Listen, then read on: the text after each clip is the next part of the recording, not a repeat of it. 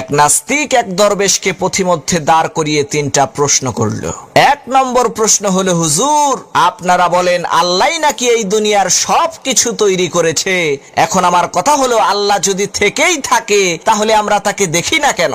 আর আমার দুই নম্বর প্রশ্ন হলো, মানুষ যা কিছু করে সব কিছু নাকি আল্লাহর হুকুমেই করে। তাহলে মানুষ যদি কোনো অন্যায় করে সেখানে মানুষের তো কোনো দোষ নাই। তাহলে এই নির্দোষ মানুষকে আল্লাহ তাআলা শাস্তি দেবেন কেন?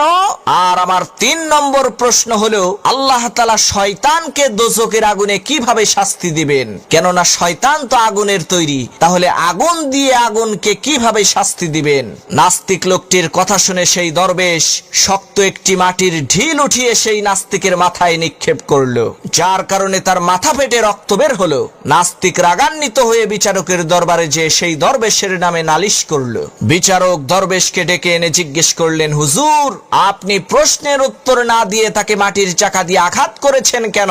তখন দরবেশ বলল, মাননীয় বিচারপতি, তার মাথায় আঘাত করেই তো আমি তার তিনটা প্রশ্নের উত্তর দিয়েছি। প্রথম প্রশ্নের উত্তর হলো, সে বলেছে আঘাত করার কারণে নাকি সে তার মাথায় ব্যথা পাচ্ছে।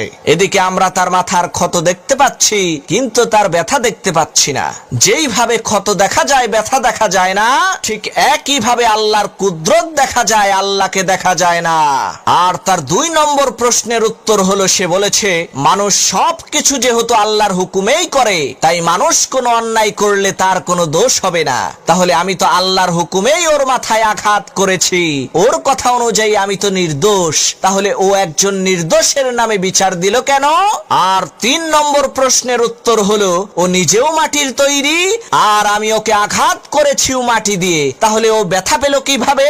ও যেই রকম ভাবে ব্যথা পেয়েছে ঠিক একইভাবে শয়তান আগুনের তৈরি হওয়া সত্ত্বেও জাহান্নামের আগুনে কষ্ট পাবে। এক নাস্তিক এক দরবেশকে পথিমধ্যে দাঁড় করিয়ে তিনটা প্রশ্ন করল। এক নম্বর প্রশ্ন হলো, হুজুর আপনারা বলেন আল্লাহ নাকি এই দুনিয়ার সব কিছু তৈরি করেছে।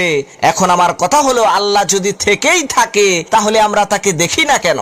আর আমার দুই নম্বর প্রশ্ন হলো, মানুষ যা কিছু করে সব কিছু নাকি আল্লাহর হুকুমেই করে। তাহলে মানুষ যদি কোনো অন্যায় করে সেখানে মানুষের তো কোনো দোষ নাই। তাহলে এই নির্দোষ মানুষকে আল্লাহ তাআলা শাস্তি দেবেন কেন?